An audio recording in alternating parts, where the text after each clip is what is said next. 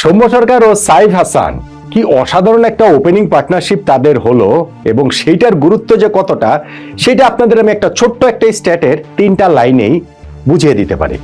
Number 1, Soumya সাইফের opening পার্টনারশিপে Bangladesh West ইন্ডিজের বিপক্ষে তৃতীয় ওয়ানডে ম্যাচের প্রথম 25 ওভারে 176 রান তুলেছে। নাম্বার 2, পরের 25 ওভারে বাংলাদেশ আর মাত্র 120 রান যোগ করতে পেরেছে 8 উইকেট হারিয়ে। নাম্বার 3, ওয়েস্ট ইন্ডিজ তাদের পুরো ব্যাটিং ইনিংসেরই 30.1 ওভারে 117 রান তুলে অল আউট হয়ে গিয়েছে।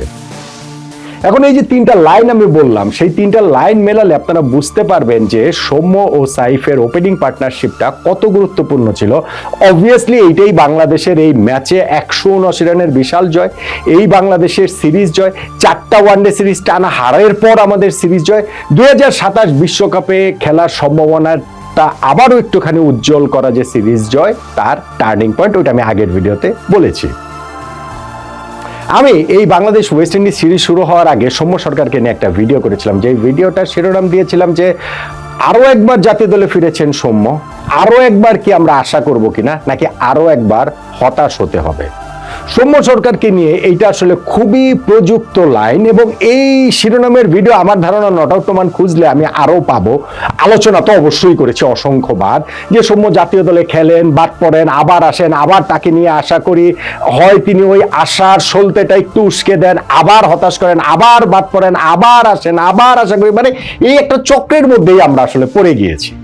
সিরিজটা যখন শেষ হলো, স্পেশালি সিরিজের এই লাস্ট ম্যাচটাতে ওপেনিং পার্টনারশিপের এইরকম দুর্দান্ত পারফরমেন্সের পর ওইটাকে একটু অন্যভাবে আসলে আমরা আলোচনা করতে পারি। বাংলাদেশের ওয়ানডে ফরম্যাটে ওপেনিং জুটি নিয়ে আমরা কি আরো একবার আশা করব, নাকি ভবিষ্যতে আমাদের আবারও হতাশ হতে হবে? সৌম্য ও সাইফের আজকে যে ওপেনিং পার্টনারশিপ, সেইটা বাংলাদেশের ওয়ানডে ক্রিকেটের ওপেনিংয়ে নতুন দিশা দিচ্ছে কিনা সেটা নিয়ে একটু আলোচনা করতে চাই।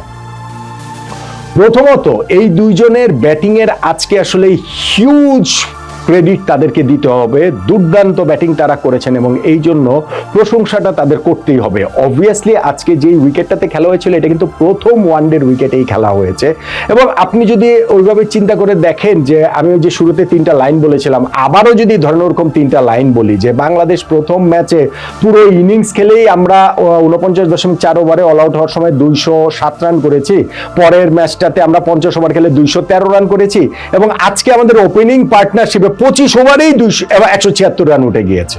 সো ডিফারেন্সটা কি আসলে বুঝতে পারছেন? হ্যাঁ, উইকেটটা প্রথম ওয়ানডের উইকেটেই খেলা হয়েছে, সেই ব্ল্যাক সয়েলেই খেলা হয়েছে, এবং উইকেটটা যে রাতারাতি খুব ভালো হয়ে গেছে, অসাধারণ ব্যাটিং সহায়ক হয়েছে তা কিন্তু না। উইকেটটা ট্রিকি ছিল, ওয়েস্ট ইন্ডিয়ান স্পিনাররা এই জায়গাটা থেকে টার্ন আদায় করছিলেন, ভালোই আদায় করছিলেন, কিন্তু সৌম্য সরকার এবং সাইফ হাসান তারা তাদের ব্যাটিং প্ল্যানে অটল থেকে যেই অ্যাটাকিং ক্রিকেটটা খেলেছেন সেইটা তাদেরকে ওই রিওয়ার্ডটা দিয়েছে, যেই কারণে ওয়েস্ট ইন্ডিয়ানরা তাদের উপরে চেপে ধরতে পারেনি, বসতে পারেনি, এবং বাংলাদেশ এরকম একটা ওপেনিং জুটি পেয়ে গিয়েছে। আফসোসের যেটা জায়গা, হতাশার যেটা জায়গা, সেটা হচ্ছে দুইজনই তাদের সেঞ্চুরিটা পেতেও পেলেন না, এবং দুইজনের সেঞ্চুরিটা আসলে প্রাপ্য ছিল। ধরেন সাইফ হাসান তার ওয়ানডে ক্যারিয়ারে এই প্রথম তিনি 50 করলেন, দুর্দান্তভাবে তার ইনফ্যাক্ট হচ্ছে ইন্টারন্যাশনাল ক্রিকেটে কামব্যাকটা হলো এই গত কিছুদিনে, কিন্তু সেটা টি20 ফরম্যাটে আমরা অনেক বেশি দেখছিলাম। ওয়ানডে ফরম্যাটে এই সিরিজটারও প্রথম 2টা ম্যাচে কিন্তু তার ব্যাট থেকে 3 রান এবং 6 রান এসেছিল, ফলে এই ম্যাচটাতে স্কোর করা তার জন্য গুরুত্বপূর্ণ ছিল। তিনি 44 বলে 50 করেছেন এবং শেষ পর্যন্ত তিনি 80 রান করেছেন 72 বলে, যেই ইনিংসটাতে 6টা 4 এবং 6টা ছক্কা মেরেছেন। যেটা নজর কাড়ে সাইফ হাসানের খেলার, সেটা হচ্ছে কি স্ট্রেট ব্যাটে হাই এলবোতে তার যেটা হচ্ছে কি যে ক্রিকেটটা তিনি খেলেন, এইরকম ক্রিকেট ভিতে এত ভালো ক্রিকেট বাংলাদেশের ব্যাটসম্যানদের মধ্যে এখনকার না, ওভারঅলি বাংলাদেশের ব্যাটসম্যানদের মধ্যে খুব বেশি আসলে দেখা যায় না। এইটা আমাদের ব্যাটসম্যানদের হিস্ট্রিক্যালি আসলে খুব শক্তির জায়গা নন। সো সাইফ এই জায়গাটা থেকে একটা আমাদের জন্য আনন্দদায়ী ব্যতিক্রম, অমনটা বলতেই পারি।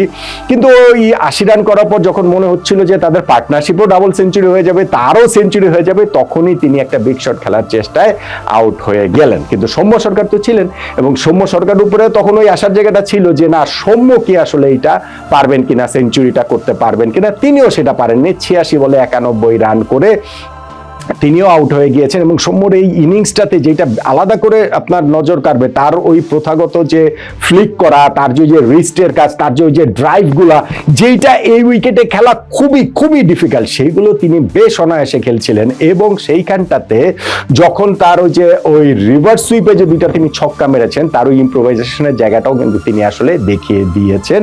সৌম্য সরকার যেদিন ছন্দে থাকেন সেই দিন তার ব্যাটিং দেখাটা ভীষণ ভীষণ ভীষণ রকম যে আনন্দের, সেটা আরো একবার তিনি এই ম্যাচটাতে প্রমাণ করলেন। দেখেন এই দুজনই কিন্তু একটা ট্রিকি সিরিজ কাটাচ্ছিলেন, সব ব্যাটসম্যানই বাংলাদেশের ক্ষেত্রে সেটা আসলে বলা যায়, অ্যাপার্ট ফ্রম রিশাদ প্রথম দুইটা ম্যাচের কথা যদি আপনি বলেন।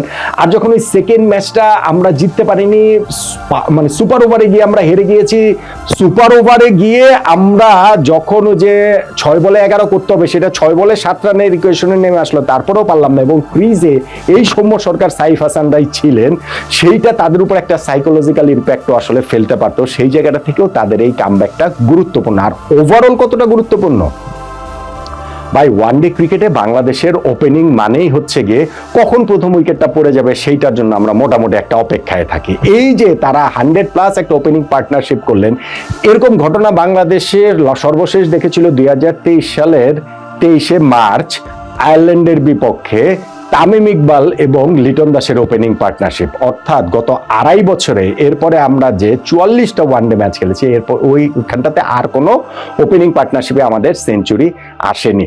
লিটন ও তামিমের ওই আনবিটেন যে পার্টনারশিপটা সেঞ্চুরি প্লাস 102 রানে, সেখানটাতে আয়ারল্যান্ডকে আমরা 101 রানে অল আউট করে দিয়েছিলাম। এই দুইজন কত 12-13 নম্বর ওভারেই বাংলাদেশকে ম্যাচ জিতিয়ে দিয়েছিলেন আনবিটেন থেকে। তা না হলে হয়তো বা পার্টনারশিপটা আরো বড় হতে পারত। আর ওভারঅল যদি বিবেচনা করেন যে ওপেনিং এ এইটা বাংলাদেশের সেকেন্ড হাইয়েস্ট পার্টনারশিপ, সবচেয়ে বেশি সেইখানটা তো তামিম ইকবাল এবং লিটন দাস আরো আগে 2020 সালে জিম্বাবুয়ের বিপক্ষে সিলেটে তারা 292 রানের যে জুটিটা করেছিলেন, যেখানটাতে লিটন 176 করেছিলেন, বাংলাদেশের হাইয়েস্ট ওয়ানডে স্কোর, এবং তামিম 128 রান করেছিলেন।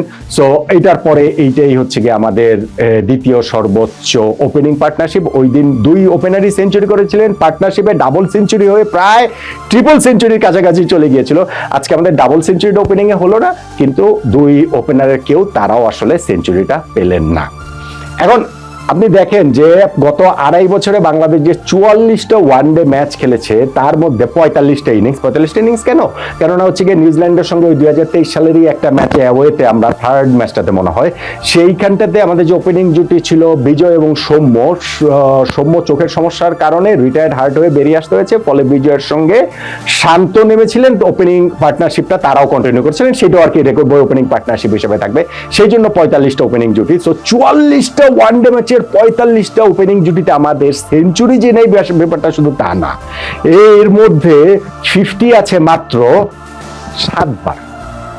45টা ওয়ানডে ওপেনিং পার্টনারশিপের মধ্যে 7টা মাত্র 50। সর্বশেষ 13টা ওয়ানডে ওপেনিং পার্টনারশিপে আমাদের কোনো 50 নেই।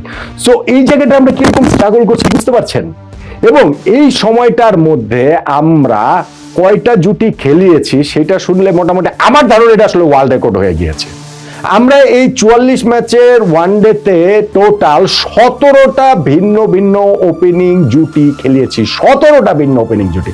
আমার মনে হয় না ভাই পৃথিবীর কোন দেশ এরকম 44 ম্যাচের একটা স্প্যানের মধ্যে 17টা ভিন্ন ভিন্ন ওপেনিং জুটি খেলায়। সো বুঝতেই পারছেন যে আমরা কিরকম স্ট্রাগল করছি, ওপেনারদের আমরা সেটেলই করতে পারছি না। এবং এই সময়ের মধ্যে 12 জন ওপেনার বাংলাদেশের এইখানটাতে ওয়ানডেতে ওপেন করেছেন, সেটা তামিম ইকবাল, লিটন দাস, সৌম্য সরকার, সাইফ হাসান, তানজিদ হাসান তামিম, পারভেজ হোসেন, ইমন, নাইম শেখ, এনামুল হক বিজয়, মেহেদী হাসান মিরাজ, নাজমুল হোসেন শান্ত, রনি তালুকদার, জাকির হাসান, এই 12 জনকে দিয়ে আমরা 17টা ভিন্ন ভিন্ন ওপেনিং কম্বিনেশনে গত 2.5 বছরের 44টা ম্যাচের 45টা ইনিংস আমরা খেলিয়েছি।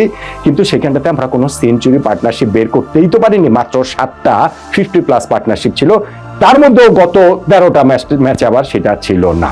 তার ফলে সাইফ এবং সৌম্যের এই ওপেনিং জুটিটা আমাদের জন্য কিরকম রিফ্রেশিং, স্ট্যাটগুলোই আসলে সেটা বলছে। আর আমার কাছে আরো বেশি রিফ্রেশিং লেগেছে যে কারণে, সেটা হচ্ছে গিয়ে ধরেন যদি এটা হতো যে একেবারে পাটা উইকেটে খেলে তারাই রান করছেন, তাতেও হয়তো বা কিছুটা আমাদের মনে হতে পারতো যে না ঠিক আছে এই উইকেটে তো রান করে না সবসময় ক্রেডিটের, এইটা নিয়ে কোনো ডাউট নেই, কিন্তু তারপরে ওই জায়গাটা থাকতো। তবে তারা যখন এরকম ট্রিকি উইকেটে খেলে নিজেদেরকে এরকম একটা অবস্থায়, সিরিজটা ভালো কাটছে না সেরকম একটা অবস্থা থেকে যখন তারা এইভাবে এরকম একটা পার্টনারশিপটা করবেন, সেইটা তাদেরকে আসলে নিঃসন্দেহে কনফিডেন্সটা দিবেই। সাইফের কথা আমি যেটা বললাম, গত 2টা ওয়ানডেতে তিনি 3 রান 6 রান করে আউট হয়েছেন, তার জন্য এই 80 রানের ইনিংস, প্রথম ওয়ানডে 50-র গুরুত্ব অপরিসীম। সৌম্যের কথা আমি বললাম, আরো একবার তিনি কামব্যাক করেছেন, সেই গত বছর ওয়েস্ট ইন্ডিজের বিপক্ষে সিরিজ, তারপরে চ্যাম্পিয়ন্স ট্রফির একটা ম্যাচ খেলার পর যে বাদ পড়েছেন, আবার তিনি কামব্যাক করলেন ওয়ানডে সাইডে। এবং সেই সৌম্যর ক্ষেত্রে তো একটা বিষয় রয়েছে যে তাকে আনা হয় এবং বাদ দেওয়া হয়, অবভিয়াসলি তিনি নিজেই নিজেকে হেল্প করেন না, তারও ধারাবাহিকতার জায়গা রয়েছে, কিন্তু আবার অনেক সময় তিনি অন্যায়ের শিকার হন। ধরেন হচ্ছে এই যে টি-20 স্কোয়াড বাংলাদেশের ঘোষণা করেছে প্রথম 2টা ম্যাচের জন্য ওয়েস্ট ইন্ডিজের বিপক্ষে, সেখান থেকে সৌম্য সরকারকে বাদ দেওয়া হয়েছে। কেন বাদ দেওয়া হয়েছে সেটা নিয়ে আমি আরেকটা ভিডিও করবো, আরেকটা আলোচনা করবো না, সেই আলোচনাতে ওইটা থাকবে। সো অনেক ক্ষেত্রে তাকে ওইরকম একটু অবিচারও আসলে করা হয়। সো সেই সৌম্য যখন এই সিরিজে আরো একবার ফিরলেন, প্রথম ম্যাচটাতে 4 রান করে আউট হয়ে গেলেন, সেকেন্ড ম্যাচে 45 রান করলেও সেই জন্য 89টা বল খেললেন, এবং সুপার ওভারে গিয়ে তিনি ওই মাত্র 3 বলে 3 রান করলেন, দলকে জেতাতে পারলেন না। তখন কিন্তু তার উপরেও প্রেশার ছিল, তার জন্য ওই 91 রানের ইনিংসটার মূল্য আমার কাছে মনে হয় কোনো অংশেই সেঞ্চুরির চেয়ে কম নয়। আপনি যদি উইকেট বিবেচনা রাখেন তাহলে সাইফ হাসানের 80 এবং সৌম্য সরকারের 91 রানের এই 2টা ইনিংসকে আপনি সেঞ্চুরি ধরতে পারেন। অবভিয়াসলি রেকর্ড বই সেটা লেখা থাকবে না, কিন্তু ওইভাবে যদি বিবেচনা করেন তাহলে এই ইনিংস 2টার গুরুত্ব আসলে অপরিসীম। বাংলাদেশের এখন তাহলে হচ্ছে যখন এরকম ট্রিকি উইকেটে তারা যখন সাকসেস পেয়েছেন, আমাদের অন্তত পক্ষে এই জায়গাটাতে একটু বোধহয় ধৈর্য ধরতে হবে। এই জায়গাটাতে বোধহয় আর সাফল রিসাফল করার খুব একটা প্রয়োজন এখন আপাতত ধরেন আর না করাটাই ভালো। যারা এরকম সাকসেস এনে দিতে পারবেন, এইরকম উইকেটে সাকসেস এনে দিতে পারবেন, তাদের উপরে, সেই সৌম্য সরকার এবং সাইফ হাসানের উপরে আমরা আরেকটু আস্থা রাখলে আমার মনে হয় সেই ক্ষেত্রে হয়তোবা এমনিতেই আমরা অস্থির হয়ে যাই, কিন্তু তারপরেও এরকম উইকেটে তাদের এই সাকসেসের পর এই ওপেনিং পার্টনারশিপটা নিয়ে আমাদের সিরিজ শুরুর আগে সৌম্যকে নিয়ে যেমন বলেছিলাম, ঠিক তেমনি এখন সৌম্য এবং সাইফের এই ওপেনিং জুটি নিয়েও ওইরকম বলতে ইচ্ছে করছে যে ওপেনিং নিয়ে আমরা কি আরো একবার আশায় বুক বাঁধবো না? বলুন।